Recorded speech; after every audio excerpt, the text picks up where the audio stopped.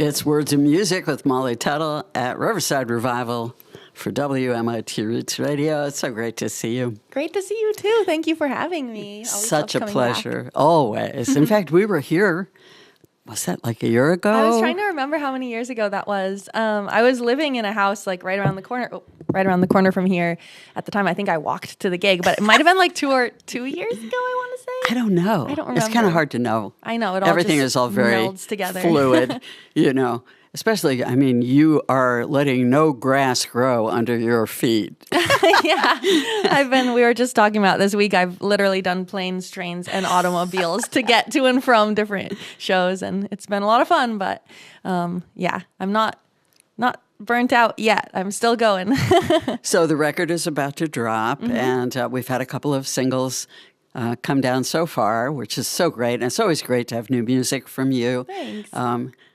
Talk about the title of the album and what the meaning behind it is. Yeah, so the title of the album is So Long Little Miss Sunshine, and that was a lyric from one of the songs that I'm playing today, and it's a song, Old Me, New Wig, which is kind of like this, it's a little bit of a tongue-in-cheek song just about, breaking up with these things that you don't need around anymore, maybe like an insecurity or a bad habit, and just kind of stepping into who you are. And that was kind of my thought process behind the new record and behind the album title, is just, kind of doing what I want with no apologies. It's kind of like a stylistic departure for me on this record, but it's also just these songs that I feel like reflect this sense of who I am and who I've become as an artist. It's interesting, obviously coming up through the bluegrass ranks, and this record is sonically fatter and more genre inclusive, shall we say? Totally. But there's always blowback with that. Right, yeah. I feel like when I'm making music, I just can't think about like trying to please everyone. I'm just kind of, doing what calls me and following my creativity and my muse. And this has been a project that I've kind of been writing for a few years now and talking to Jay Joyce about making a record together. So it was a long time in the making. And I feel like with my last 2 records, I went back to kind of my bluegrass roots. That's the music I grew up playing. When I picked up a guitar when I was 8 years old, my dad is a bluegrass musician. He was teaching me all these old folk songs and fiddle tunes and bluegrass tunes. So it was nice to make the last 2 records that were so in my wheelhouse, that kind of gave me this confidence to then go and try to break all the rules and just try something new. I love that. Thanks. And you should be able to do that. Yeah, totally. Scratch whatever itch, whatever genre itch. Yeah. Just explore it all. I mean, why not? I think most artists, we contain all these different elements to who we are, and it doesn't mean that I don't still play bluegrass, and I'm still playing all my bluegrass songs at the shows and stuff, but I like being able to explore and kind of wander around through different genres and styles of music. Well, also there's some band news as well for this cycle. Yeah, I have a brand new band, and this was kind of like a decision to, with the new music, it felt like it called for a new kind of instrumentation. So many of the new songs have drums on them, and there's some like steel and electric guitar and piano. So with the new band, it kind of accidentally became an all-female band, which was like an added bonus, but that wasn't actually intentional. I feel like just kind of being part of the community here in Nashville, there's so many amazing musicians, and the community of women who play music is so strong and supportive. So I have Vanessa McGowan is playing bass with me. She was the first person I reached out to, and she kind of helped me put the rest of the band together. And Megan Jane is playing drums with me, and she's someone I actually toured with 4 years ago. I think right kind of coming out of the pandemic, we did these live streams together, just like when we were still not really touring much, and then we toured a little bit the following year together. So it's nice to play with her again. Ellen Angelico is someone who I've known for a long time here in Nashville. She's just the best, and plays every instrument imaginable, pedal steel, electric guitar, dobro, banjo. And then Mary Meyer was actually someone I've heard about, and we kind of have been in the same circles for a long time. She grew up in a bluegrass family band, and she plays the mandolin, but she also plays fiddle and keys, and sings really beautifully. So it's been super fun. Yeah. I love that.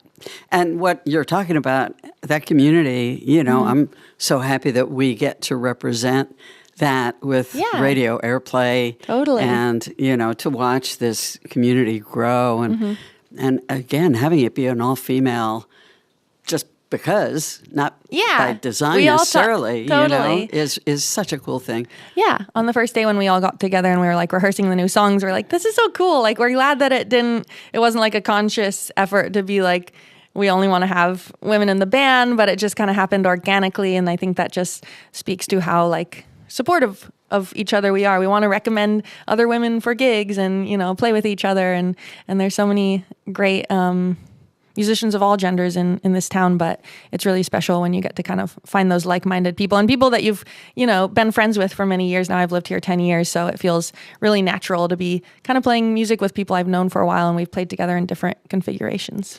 I suspect that there are a whole bunch of girls coming up that come up to you at gigs and are excited about guitar in a way maybe they previously wouldn't have been. Yeah. There's always like these, a lot of times in the front row, there's like 3 or 4 little girls who are really cute. They'll make signs, and it's not the same ones every time, but I love seeing that at my shows, and, just kind of being like someone up there. When I was a kid, I didn't really see that many women playing lead guitar on stage. I certainly, like with my new album cover, I wanted to kind of lean into like my experience with alopecia and wearing different wigs and losing my hair when I was a kid, because I didn't see that growing up. I didn't see women out there who didn't have hair or wore wigs or anything. So that's kind of something I like to think about as well. And it's something that keeps me going and keeps me feeling motivated and inspired to get out there on stage. I love the cover of Thank the you. album with all the looks. Thanks. And the wigs are amazing. So I don't know whether,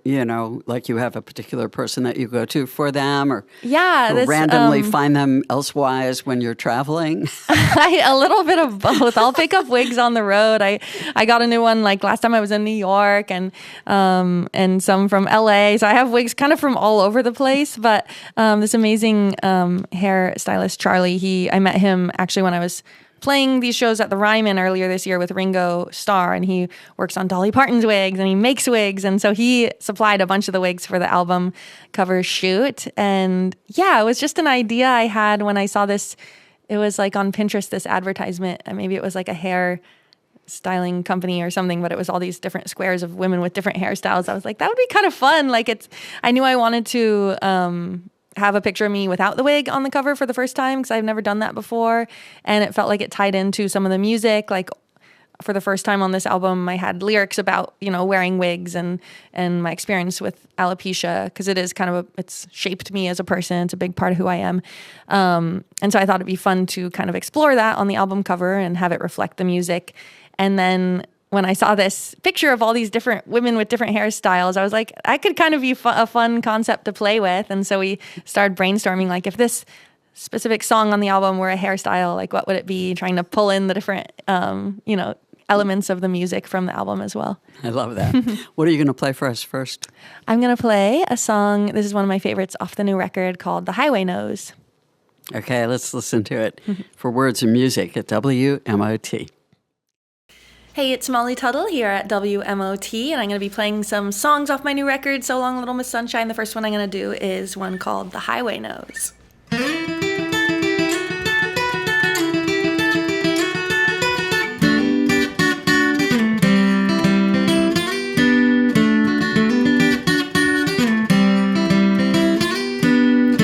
Every traveler on life's road needs a companion to ride along through the rain and snow. Across the desert canyon, found a friend when you jumped in.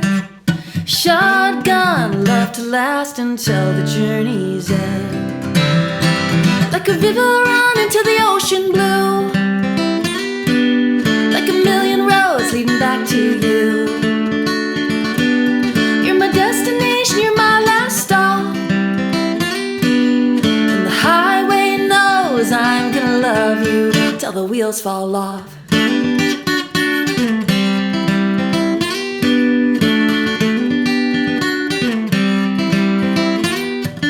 Just a road map and an old guitar thrown in the backseat, following a shooting star. You flagged down some back street like a dream. You jumped in, shotgun. Now I don't want this highway to end.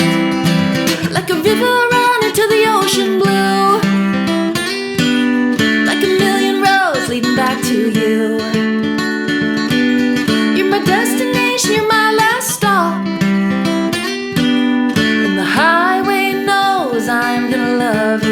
till the wheels fall off.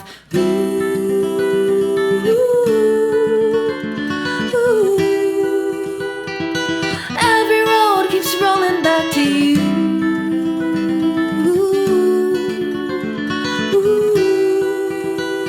And the highway knows I'm gonna love you.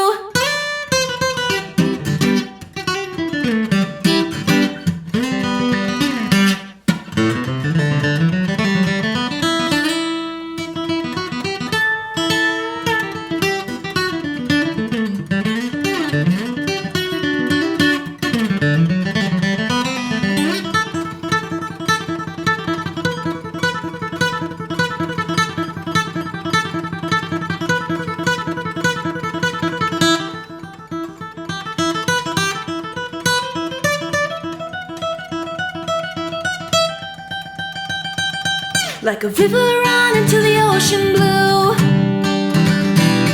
like a million roads leading back to you. You're my destination, you're my last stop,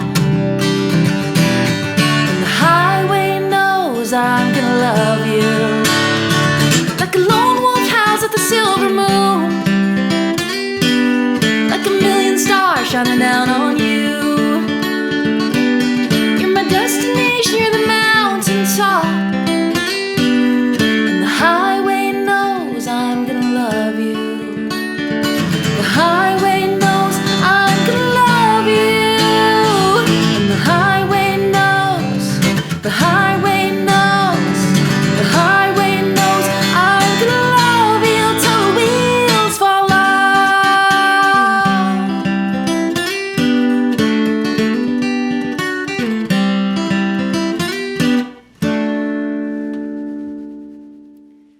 Okay, the next song I'm going to play is one called Old Me, New Wig.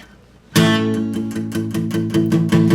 bought a hot rod car just to leave you behind. Took some little white pills to take you off of my mind. I threw your shit out of my house, I'm keeping the cat. Going down and throwing out the welcome mat. Now I'm stepping off the curb in my brand new kicks, leaving you in the dirt with your dirty tricks. I bought a new queen bed that I don't have to share. I got a new wig to get you out of my hair. So long, little Miss Sunshine, adios to my used to be. Leave you behind, no time for goodbye. Breaking up with the old me. I changed my guitar strings so I can tune you out. Got a new song to sing, you don't know who it's about. I've been rehearsing, reversing the person before. Cost you out like a cliche metaphor. Used to play it real nice, now I go straight for the kill. Was the girl next door, now I'm straight out of hell. Got you off of my back, now I'm walking on air. I got a new wig to get you out of my hair. So long, little Miss Sunshine, adios to my used to be. Leave you behind, no time for goodbye.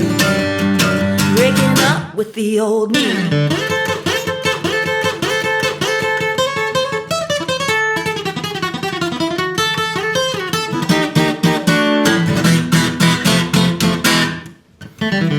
Bye-bye, banging on the minor keys. Bye-bye, head full of doubt. Bye-bye, all your insecurities. Bye-bye, baby, I'm cutting you out. Bye-bye, banging on the minor keys. Bye-bye, head full of doubt. Bye-bye, trying to be the boss of me. You're pulling on my puppet strings, you make me wanna shout. So long, little Miss Sunshine, adios to my used to be. Leave you behind, no time for goodbye. Breaking up with the old me.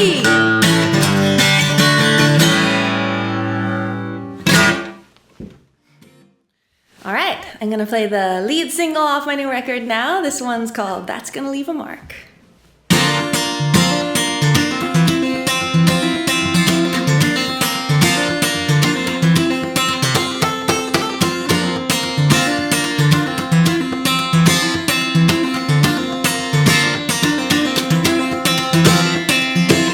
You make the lobby call at 6 a.m. How do you look so good with no sleep, sugar? don't mean to stare at you, but damn, I couldn't hide it if I tried to. And I don't wanna wait another day, another minute, wondering how you feel. If you're gonna keep your feelings undercover when I come around, I can't deal. I know, I'll regret it later, but you're so good in all the bad ways. Don't try to fix it when you break my heart. Knew when you hit me with your poison dart, that's gonna leave a mark. That's gonna leave a mark. You know it's hot out here at MOT, so why'd you have to bring the heat wave, baby? If I was smarter, I'd up and leave, but I like to play with fire. And I don't wanna wait another day, another minute, wondering if it's real. Are you feeling what I'm feeling when you come around? Tell me now, what's the deal? What's the deal? I know, I'll regret it later, but you're so good in all the bad ways. Don't try to fix it when you break my heart. Knew when you hit me with your poison dart, that's gonna leave a mark. That's gonna leave a mark.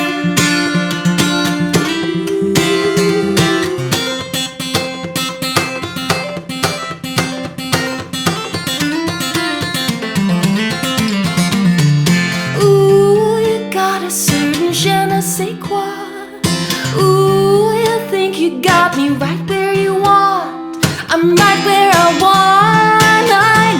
I know, I'll regret it later, but you're so good in all the bad ways.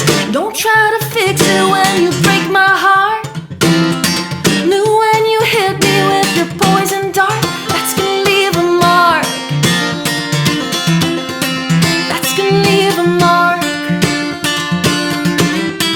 That's gonna leave a mark.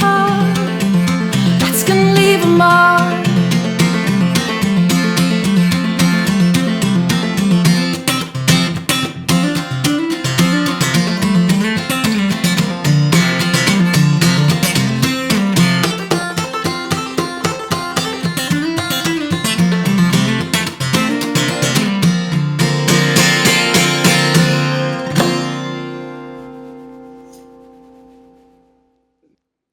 That's going to leave a mark. Molly Tuttle, our guest here in the studio at Riverside Revival for WMOT for Words and Music.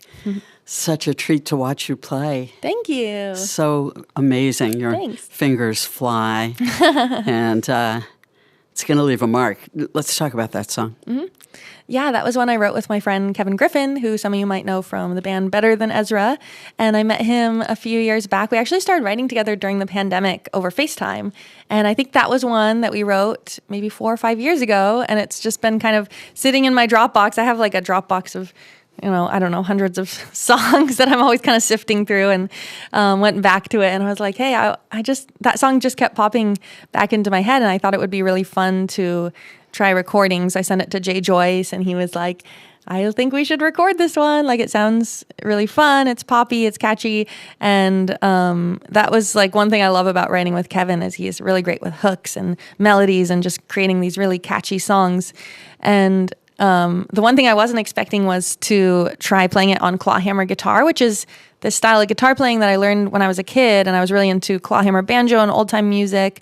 And someone showed me that you could take clawhammer style, which is usually played on the banjo, and play it on guitar, and it creates this really cool rhythmic sound. But usually I associate it with like traditional music, old ballads, and so it was kind of fun. Jay Joyce suggested that I try it on That's Gonna Leave a Mark, and at first I was like, what are you talking about? That's never going to work. And then I tried it at home, and I was like, that's kind of fun. It like adds this unique element to the song. We actually have another version of it as well from CBS Saturday Morning. Oh, yeah, totally. We play that also. Cool. Which is, the stripped down, from the produced album version. Yeah. So it was great to get that. Also, Cool. love the different dynamics. Mm-hmm. And then also in the set, old me, new wig. Yes. Let's talk about that song. Yeah, that's kind of like my acoustic punk song on the record. It was just a fun, like we were just writing that song. I wrote it with Catch Secor, and we just had so much fun coming up with these funny lines, and it was sounding like it was just going to be a breakup song. And then when we got to the chorus, we were like, what if it's about breaking up with like your old self? Maybe like you have all these things about yourself that you don't like, you want to move on from in your life. And so it became that, and it's really a song about just like letting go of those things you don't need anymore. For me, that's like, it's become kind of symbolic. Like when I play it in my shows, sometimes I'll get to the line about I got a new wig, and then I'll pull off my wig, and it's just about like liberating yourself from things that you maybe have held on to for too long, I guess. And the first song was The Highway Knows, which to me sounds like it's equally a love song to a human as well as to the road. Yes. Sometimes it's hard to differentiate those things because I love to travel, and it's kind of about finding that person who's like going to be your like traveling companion for your life. But so many of my songs are inspired by being a traveling musician and just going to all these cool places. And that one started out like a few of the songs on the record with just a guitar riff, and I had this kind of voice memo on my phone of this guitar part that I was working out, but I tried to write a song to it a bunch of different times through the years, and nothing ever really clicked. And then about a year ago, Ketch and I wrote the lyrics to that. We were out in California, and it stuck. And so that became one on the record that I feel like it really transformed when we got into the studio. One day, Jay came in and he was like, I came up with this instrumental section, and he played it for me, and he was like, I was up till like 4 a.m. making this, and had all these cool like different chords and interesting stops and stuff. And so I just improvised a solo over it. And I feel like that was just an exciting kind of surprise for me in the studio. Was it kind of took the song in a different direction than I expected. So you and Ketch write together quite a bit. Any thought to do an album together? We've talked about it. Yeah, we're both so busy. We have so many projects all the time, but we're always like, when are we going to do our duo album? Like, what is it going to be? Is it going to be like country, maybe like a throwback country duet thing? Maybe we'll make an old time album. We did a little show here at Analog last fall for PBS, Nashville PBS, and that was really fun. We just kind of played some of each of our songs, but it's great because so many of them we've written together, so we kind of know how they go.